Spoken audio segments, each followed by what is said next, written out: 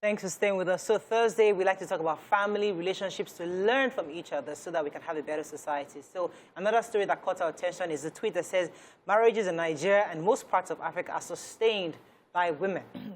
You can argue this with your village deity. Women in general put up with a lot of XXX just to make their marriages work.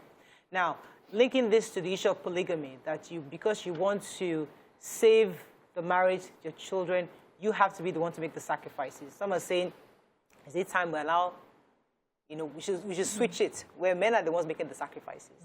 What are your thoughts on this? How are women indeed the ones sustaining marriages in today's times? In today's time or yesterday's time? Sometime immemorial, that's the reverse. Yes. I think for me, women have been the ones sustaining marriages because the society has made it that it's the woman that builds the home. No matter how crazy the man is, they get a lot of support for bad behavior, but the woman will not be allowed to even raise a voice or complain. They're like, it's not an issue, go and sort it. Go and beg him, go and kneel down, cook for him, make sure you give it to him, left, right, and center, find a way to give him peace, don't nag him, don't do this, do that. And men are excused for their bad behavior. So because the woman is bearing children and not everybody will want to leave the home so that another woman will come and maltreat their children. They stay there and ensure that their children are grown. But we've also seen that when these children are grown, the women start acting. A lot of elderly men that I've seen are complaining that their wives now treat them badly. Because the wives now feel, I have nothing to lose. I've raised my children. One is in Canada, one is in UK, one is in this one. If you do, I'll carry my bag and go for a mugo. And these men are left almost abandoned. And when the children now see how their father has treated their mom over the years, they tilt their love when they grow towards their mother. And so it's not paying anybody. So for me, I like that angle. For me, the generation of it's only a woman that builds the home needs to end. It has passed. Women are now waking up. It's 50-50, bro. I think husbands are also, men are also waking up because lots of men are now participating. Yes, so what you just said is so important because they've seen that their mothers are obviously getting the attention. Their fathers usually are left alone.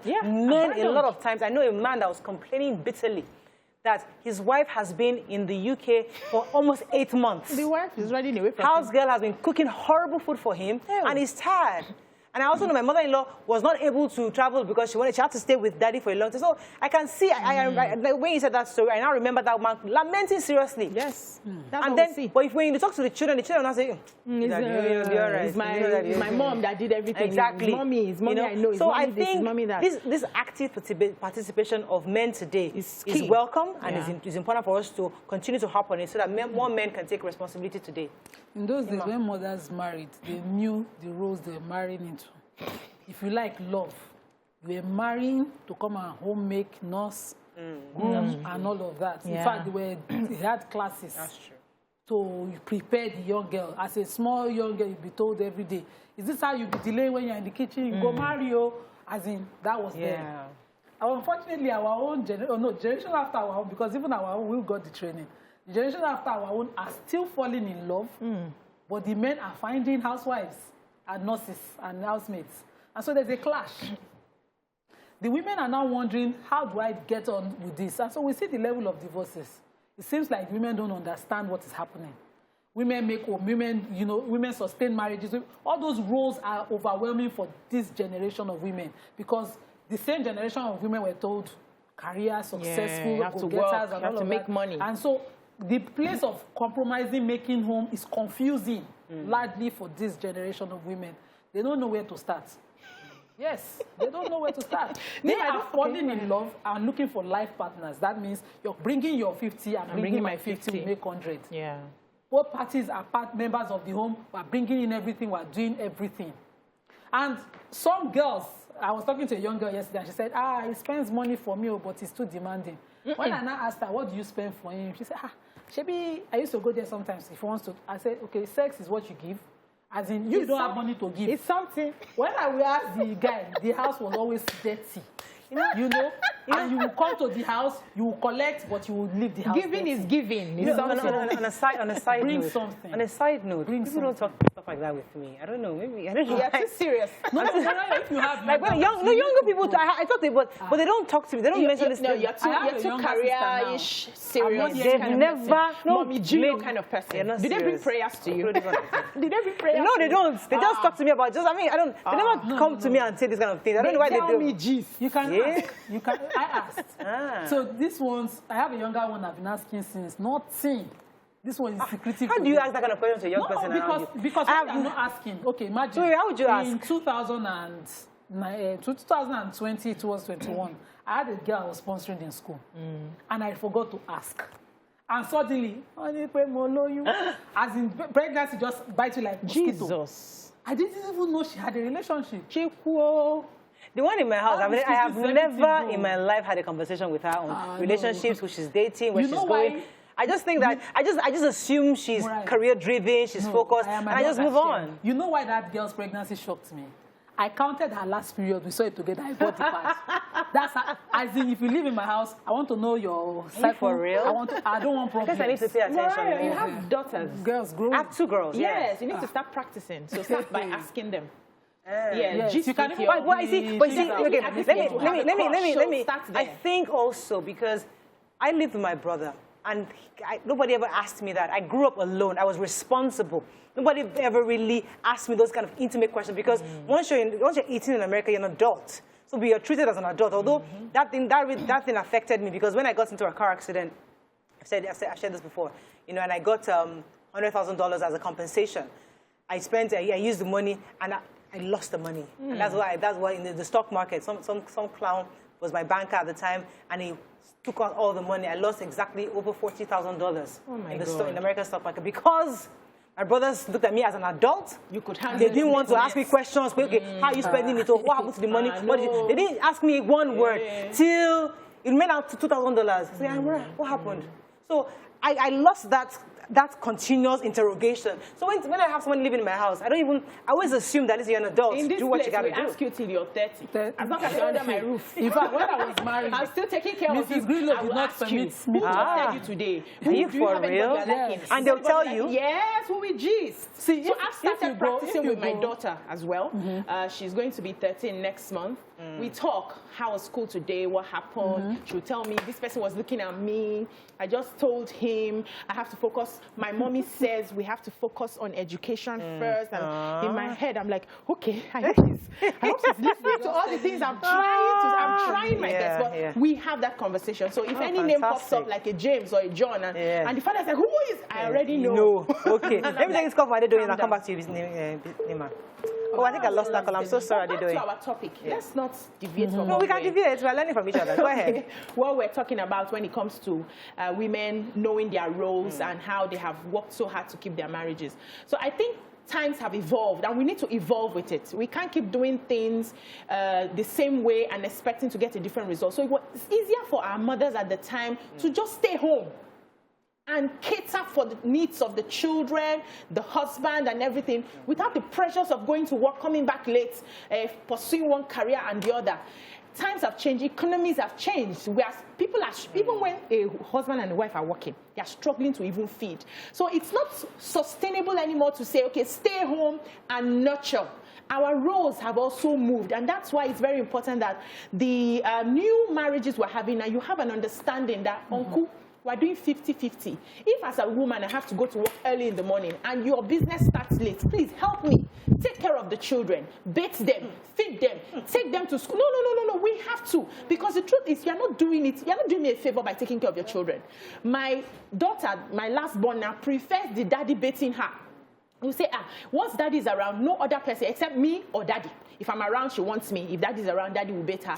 She's seeing that connect. Tomorrow, I will not come and tell her that your daddy is a useless man. She will look at me like, no, it's not the man that was taking care of me. She's following up in the program, and children remember. They always remember how the father has taken care of them. So if you're afraid in your old age that they will run away, sow the seed now. Your children will remember, and they will look after you. So we need to change some of the ways we do some of these things. Yes, but those days we had men. women that, you know, did so much for their children. Now you are the special father. You different. Your daughter is already in love with her dad. No, I'm talking about you. You had a dad who was very focused. My father was involved. Yeah, my father was involved, but he had no choice. My father came from a polygamy where he had to be a big brother and sister to his younger ones early. So he transferred it to his children. And talking was normal. I appreciate that talking. But as a girl growing up, the first thing you want to do for your daughter, if you're as a man, you must connect with that girl. You must do something that, if your wife is away on Umugo, your daughter will be the one asking the mother, what will our father be eating? How will he be coping? For Muslims, I used to say to my mom, this one you are spending too much time. I'll marry for my father. Because he had the right to that companionship, you know. So that is how dare you? I said it to my mother several times. That you marry for your father. Yes. And I used to say to her, God save you so that you live longer than him. If he outlives you, I'll marry for him. I will never leave him lonely and be sad and miserable. I never. Yeah. But okay, let's unpack that a bit also. So marrying, I know I'm not use your dad as a contrary, but when a man is a certain age, and maybe his wife passes on, you will say they'll marry a younger girl for him. And I'm thinking, that young girl is like somebody is totally taking her world from her and putting it under a man who probably already has children that are older than her. And this lady is now forced into, and I'm linking this story now, I'm packing the other story, because you took me there with your example. And I've seen that situation where a young girl is married to an older man, fairly older, who is old enough to be her father. She's there because, okay, he can take care of her, provide for her needs and everything. And she's somewhat happy. But you're bringing her into an Orogun house where there are children who are older than her. When the man now passes on, she's left by herself. Difficult for her to remarry. My question, therefore, is that should we continue this practice, this cultural practice of marrying somebody for a father or marrying somebody for an older man? May I quickly address it since I've started it? So the children must understand their role. If I married for my father and my father passes, that wife, her children, are my responsibility. In fact, they will not lack. And if she chooses to remarry, her children will not lack. If I chose to marry for my father, even if you didn't, you inherit his children. That's Africa for you. You take care of. But there's no customary law that writes it out. This is your own moral compass. This is you.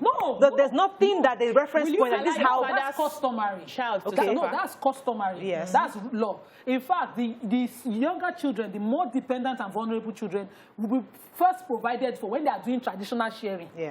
They cannot be left to say these ones have grown. Immediately they are giving the elder ones, this is your bro, till school to finish. That's how they arrange it. But it's more wise to, you know, when you're marrying for your older parents, to marry someone of their class who is just a bit more healthier.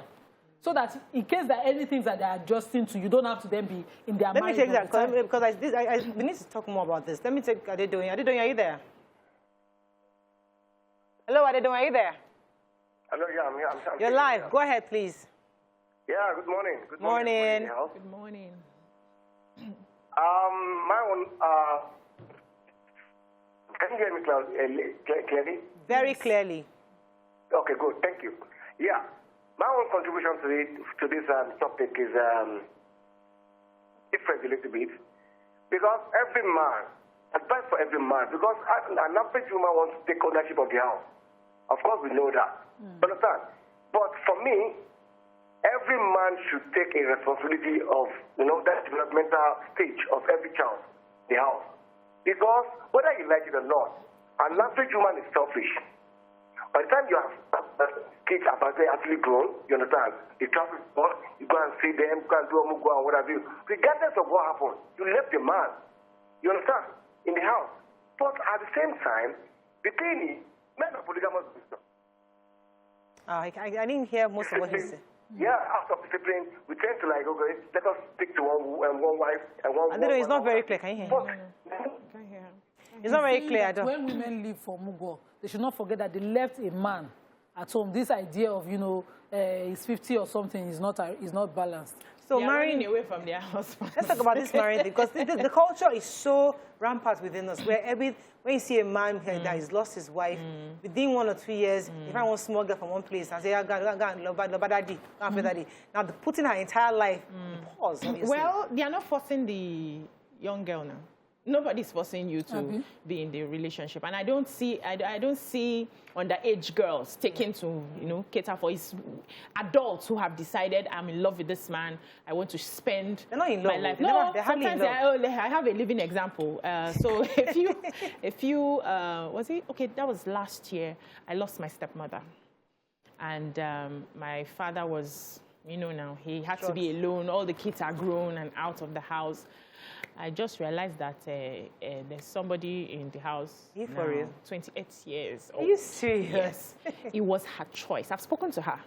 And what will I do? I will support her because in my head, I need somebody to look after my father. He's in his early 70s, I think 72. That was last week. And he needs somebody to talk to. He needs somebody to gist with. We can't be on the phone all the time. I have my own home. I'm living in Lagos. He's all the way in Delta State. So it would be insensitive of me to say, no, daddy, you cannot remarry, or you cannot do this one, or you cannot do that one, or you cannot be happy. Or well, every night I'll hold my own husband and be robbing him, and there's nobody to look after my father. It would be unfair. Why does a 70-year-old man need to be looked after? My father is a sportsman. He is strong. He will need somebody to at 70? Companionship, basically, not looking after, so to speak, but companionship. And he's okay. He can afford to take care of the person. I know what I'm saying. Okay, let's leave it. Let's not put it away. I'm talking about I just gave that example because some parents, somebody chatted me a few months ago, a guy who is in his late 30s, that they were having fights in their home because the mother had died like 5 years now, and the father wants to remarry, and he was not having it. When I finished him, I said, you are selfish. You are married. You have your own home.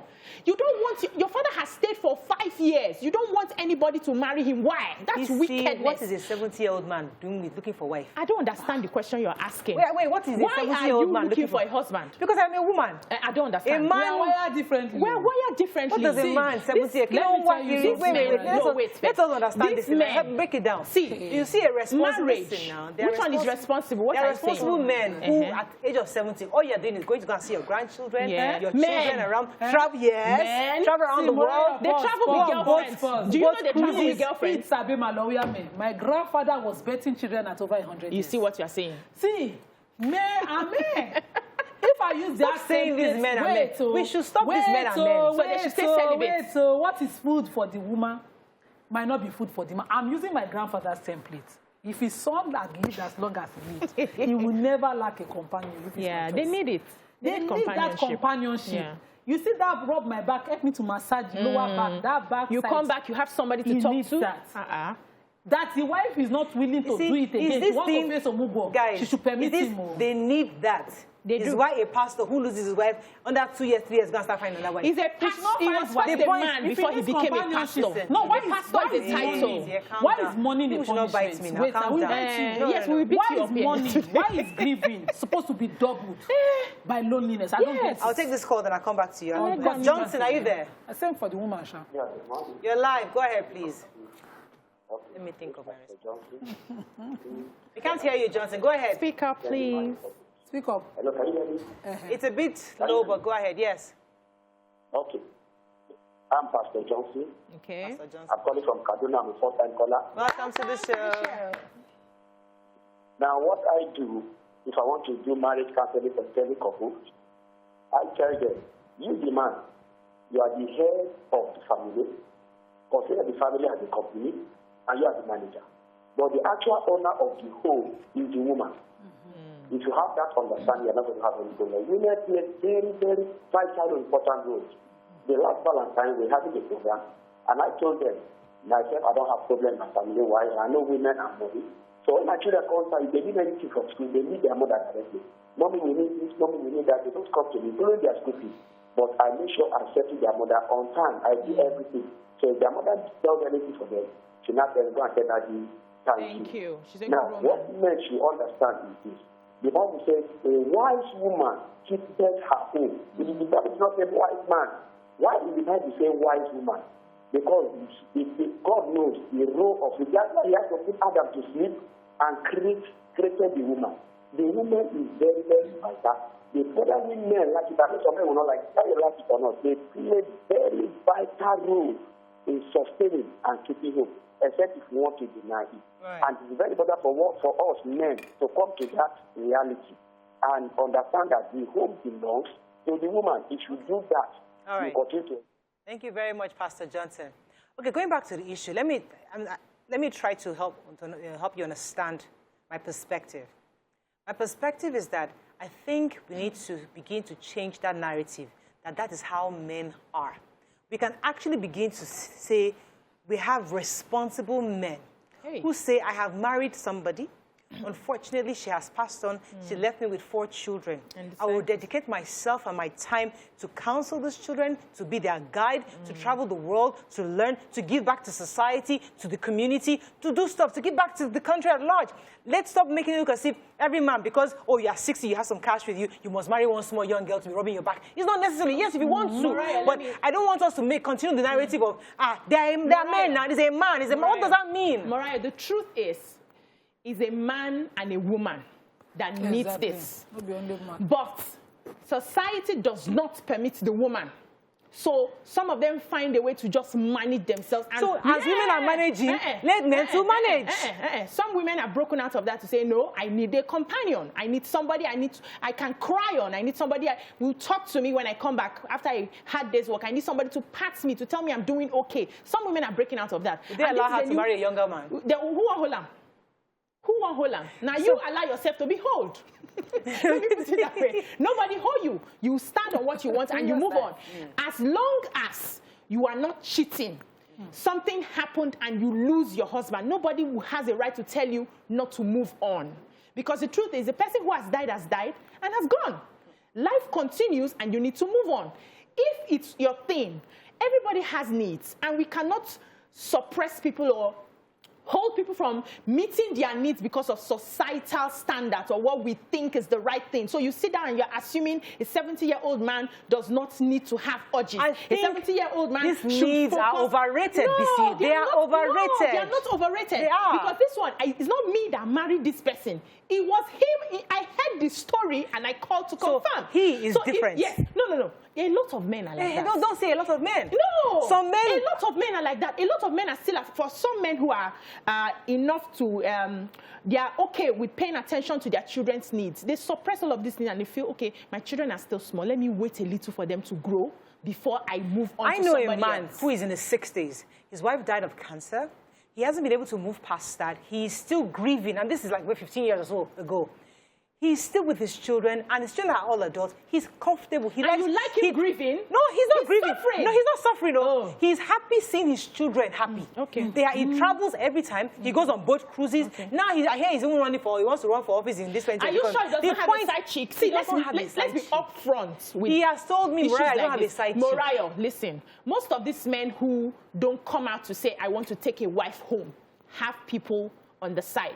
And that is even worse. So bring somebody, let us know this person. This is the person I want to stay with after this one has gone. You've not understood it's me. better. You have not understood me. Let me make this point. So there are men who make that sacrifice. Exactly. One of them is a friend of the house. This lady with the vehicle inspection office. She even brought her father. When we used to have the live audience, he came, and she told me later that that's my father. He spent over 10 years without a wife to raise his children. So men also make this sacrifice. Yeah. But that does not mean that is why I'm saying, wait. The point I'm therefore making, that all the men not all men are like that. There are some men that choose to sacrifice. So you're talking about their choice of sacrifice. The majority. But I'm not going to generalize. The majority. Out of that one, since that, how many examples do I have? One, sorry. No, but we know that we cannot say grieving is living. It's not living. Some of them make these decisions grieving. Some of them make the decisions like that man. He said his fear was, which woman would help me with these children and will not further harm them since they've already lost a mother. So these decisions are tough. At the time you are making them, if God blesses you with the choice of a person who comes in and decided to loves give these you children. that support. We have a celebrity now who recently got engaged, and she just inherited four children. Yeah. She's blessed because she knows she's coming in. She's a friend of the house. She's coming in. She's blessed with children already, and she knows how to give them love. And yes, the father too. So if everybody's eating their cake and bottling, all of them are happy. Nyma, sorry to put you on the spot. Okay, yes, but if your lovely wife, your lovely mother, who just lost her husband, comes tomorrow and says she wants to get married, would you allow her? Yeah, I will sponsor wedding. I like this example because it is one of the silent sooners. We brought emotions in. In my religion, you see, needs of the other room are well legislated on. Really? Well legislated on. But you will now see people be quieting on the matter. Morayo does not no like the other widow room. should be punished beyond losing a partner. Beecee, I don't like that. No, don't make that assumption. You always assume I don't like the other room. You always speak against it. No, I'm not speaking against it. You always want to go the moral route. No. Find a way to take care of the society. Listen, the reason why is because I think that people make it look as if the other room is the most important thing in marriage. It could be for me. No, it is not. For some people, it's not the most important thing because there are people who are refusing to talk. And that they've survived years without the other room, and they're still happy in their marriages. But they're not talking because people like you are saying, oh, other room or not the other, and it's not true. Let me tell you, you can live in a successful marriage without the other room and still be happy. Let's explain. Yes. Because we are a patriarchal society, men, when they lose their wives, don't lose their means of income and support. They're usually the provider. So, you know, they have the means to provide, and so they can take a wife. But when women lose their partners, they are overwhelmed with where will the next meal come from. They totally forget their sexual needs, and they do have They suspend it. Let me take they Johnson. kill it. Not that they don't have. Well, that room is overrated. I keep saying it. It's Johnson, not are you there? It's not. Yeah. It's a side You're live. Go ahead, please.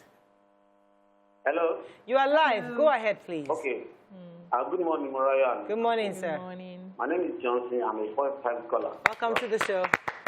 Yeah. The topic you are discussing today is very fantastic. And I can tell you, I will say congratulations to all these responsible women at home and for sustaining their own. As it is for ladies, also for men. There are ladies who lost their husband early, who didn't marry throughout. I know some. I have an uncle who lost his wife around the age of 40, 42. And till my uncle died, he never remarried. So it depends on individuals. Yeah, some people can hold themselves, some cannot. And I will not blame anybody who say, okay, instead of me messing up around, let me get married. Yes. So I think that's my point. Thank you very much, Johnson. Thank you. So that was Johnson just helped me to formulate what I was trying to say. That I don't want to generalize. It's a choice, but I don't want the narrative that, oh, he's a man, he must. I must find. No, let us not assume that any man that is single cannot hold himself. There are men that can hold themselves. We're not finding for them, but if they want to find for themselves, we'll give our blessings. If you want to find, no problem. Yes, if you decide to find for yourself, I'll give my blessing. But I like that example she gave. This celebrity in question who just, got engaged to a young celebrity as well who lost his wife. I think he's in his early 40s, and he has 4 children. Would you say that he should just focus on those 4 children and not remarry? That's a very young man. A very young man. The last child is 3 years old. Oh, yeah. For someone like that, definitely, I would do. Why? So as I said, I wasn't generalizing. I'm not changing. I wasn't generalizing. No, I thought you said. That's why I said you didn't understand me. Let's get it, though. I thought you said when a loved one passes on, you should just focus on raising the children, impacting life, going to church, doing this and doing that. She did not say focus on raising the children. She said you should just mourn and respect the dead. Respect her. So why are you not saying this man's case is different? I'm saying, maybe I didn't say it properly. What I meant is that if this kind of person can choose to remarry because he's allowed to. My worry was when he's 70, or maybe late 60. You're over 70. I'm not a 40-year-old man is a young man, definitely. We are 70 years old. Your children are probably all married. I have grandchildren. Age is nothing but a number. Hey, leave that matter. So 70 years old plus. What are you looking for marrying somebody Age again? is nothing but a number. However, listen, everybody different strokes for different folks. That 70-year-old man may be feeling like he's 40 in his mind. Like I feel like I'm 16 in my mind, and I'm going to feel 16 for the rest of my life. Wow. Do you understand? So it's a number. You are the one calculating because he's not a grandfather. He shouldn't need this and shouldn't need that. His body may be responding differently. So allow him and give him your blessings. You can control your body, Beecee. Every human being can control their body. We have to wrap up. Let's take a few more messages and we wrap up. I wanted to say Okay, this, go ahead. that you can control your body is good, but you need to have a level of mind, a balanced level of mind to live life well. When one thing is missing, you hear, I have back pain, I have body pain, I have leg pain. See YK is enjoying life at 60. Oh. And everything that we are talking about, plus including the other room, is available. Oh. So you have a properly healthy person, you know, to enjoy life. Balanced, holistic life. Take Kelechi. I'll take a few moments. Kelechi, are you there? You don't just exist. Good morning, you're live. Good morning. Go ahead. Good morning. Good morning. Please, let me start by saying that some of these sensitive issues that border on marriage, is it possible for you to, can it be recorded, you know, and be sold to, you know, some people like me? Because I need it. Sometimes, I know they get light, you know, to complete this message. I know they get light. They will soon, in 20 minutes time now, they'll take my light. So if it will be possible to record some of these messages. Uncle, we've passed record level. It's on social media. Uncle, what century are you living in? We're in social media. Uncle, Kelechi, it's on YouTube. Wait, nobody's recording. No verse. Nobody is. The last caller, my anger is saying, wait, Morayo. Why I called is, my reason for calling is this. The last caller, Pastor Johnson, called and said that the home belongs to the woman. The thing does scatter my head. Who made home? Who apportioned? Who gave that authority to the woman? I don't know. I don't know how to react to this. This is what Miriam said the other day, that a primary care a woman is a primary caregiver and the builder of the home. This is the very thing they teach Christians in churches, especially in Pentecostal churches. That is why our women today do not have respect for their husband, except their pastor. You can hardly see an average Christian sister respect her pastor much more than the father, much more than the husband, much more than the father, much more than the father. Listen to her make a Christian sister. Once she's making a statement, she makes references to the philosophies of her pastors, the do's and don'ts of her pastors. She will never mention her husband. Because her husband is invisible. Their husband is invisible. Their father is invisible. So you understand? So I don't know. Thank you, Kelechi. Kelechi has given us another hot topic. We'll treat it another day. It's a good point. That's a fantastic point, because we have the pulpit has somewhat saturated our entire being, that everything we say is based on what the pastor had said. And a lot of young girls are falling into that trap where pastor said this, pastor said that, where they're not even trying to grow with this men they are dating, to even get some, you know, where both of us are now sharing knowledge together. But it's a different topic for a different day, but I think it's worth talking about. But the agree we may not have any philosophy. Who will you now quote? Well, you can't read the Bible for yourself. But anyway, we have to wrap up. Any other messages? Okay. Yeah, there are lots of messages here. The other room rights are well stipulated in Islam. We don't shy from important talks. Nuratu says... This your Quran thing. We have to do it the way you just break down the Quran, because there's not like, okay, wait. Songs of Solomon now. Yeah. Sounds very, okay. It's very descriptive. Okay, go ahead. Nuratu says, please help me ask Morayo if she will not allow her husband, if she will not need her husband's company at 70. He's my husband now. No age. Companionship is very important in everybody's life. So if he's not there, companionship. What I'm saying is that Delany says you should be able to sustain yourself before thinking about marriage. And this goes for both man and woman. Oh, certainly. Charlene Edward says, everyone is different. It is an individual choice. Some men are okay with being single. They find other ways of fulfillment. My neighbor is like that. Osahan Frank says, sex is very important in marriage. Osimo Sundolapo says, Morayo, you have to be realistic. Supposing your father is still alive while mom had gone to be with the Lord, are you saying you or your siblings will always find time to be with him as companions? Niger Maidno says, the other room is so important. In fact, it is responsible for a lot of divorces. Let me answer that question. If my father were alive today, let me tell you what his routine would be. He'll be going to Yoruba tennis club every time, hanging out with the boys, coming home, that your watching fine father. Yes, my correct my fine down. Your father is too far. No, tell him. No, leave that. He will travel, come out, go travel to see his children, see his grandchildren. You see, I'm not saying a single man who lost a widower, right, shouldn't be married. That's not what I'm saying. Just pegging the age. I'm saying that when an old man in his 70s or late 60s, lose a wife, the respectful thing for you to just focus on your children. Because your wife, the woman counterpart, will do exactly the same. Let me share with you an elderly colleague in this profession of law that I practice, whose wife passed, and how he's doing it. So he's going to see his grandchildren whenever he's going. He now has a side chick. Not side chick, the other woman of his closer to his age. They go together to see his children who are spread everywhere in the world. And I love seeing his status just to enjoy the view. They brought cruise together and sometimes with the entire children, and he still meets his children and knows them. That's nice. In the house. It's a nice story. But the children ensured that while they are growing with their husbands, that their father does not die early. Yes, of depression as well. Of loneliness. Good point. I like that story. You know, you find a nice woman. Me, I have no issues. You find a woman your level. You find one small girl. Well, small girl be your spec. They call these people zaddies. It's the small girls that are after, they want them. Some women love elderly men. They love, that's their choice. They love elderly men. So you can't stop them. Wait, that's who they even some daddy love younger girls. But you know, that place, Beecee. Father in heaven, waiting. Hey, I'm just an old man. See, Morayo, calm down. When the man now finally passes, the children now brings a sort of punishment on the girl. That's a different topic. But your as a young girl, love life. Your father's enjoyment. The man's chest will be very grey. Except they're not trained on the chest will be very grey. Yeah, have you seen my father? Oh, there will be grey. No, there's no grey anything. Oh, your father doesn't have grey. Does he? He's bloke. I know he was like, my dad had let me take this call. Let me take this call. No, I can't even picture where all the grey hair will be. All the various areas the grey hair will be. Even young people have grey hairs. Now, don't you have grey hairs? I have grey hairs. Not that kind of grey hair for old men. Good morning, Dominic. Are you there? I've never thought about it. You're live. Go ahead, please. I'm your first time caller. Welcome to the show. My call. I don't know why. Sorry, you.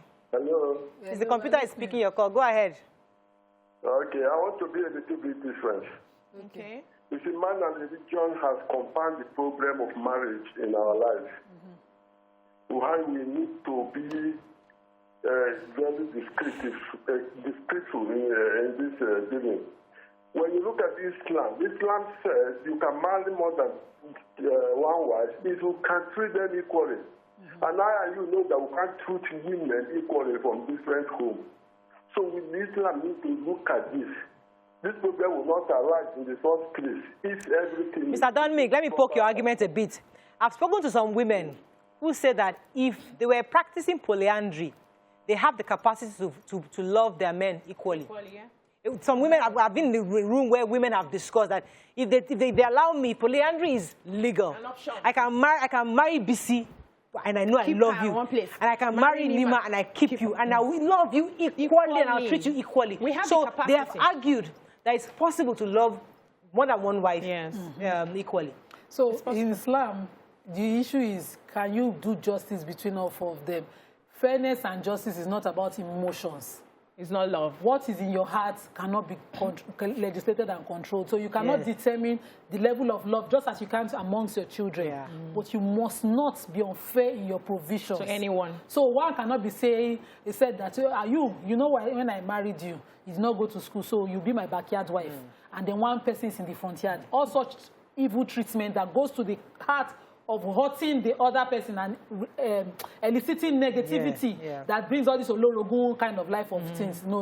It's what should be forbidden in Islam. And even God says to punish for it. Somebody just sent me a message and I have to, let me see if I have, can I take this message. It said, according to Muhammad, Allah said, marry 4 wives with a condition.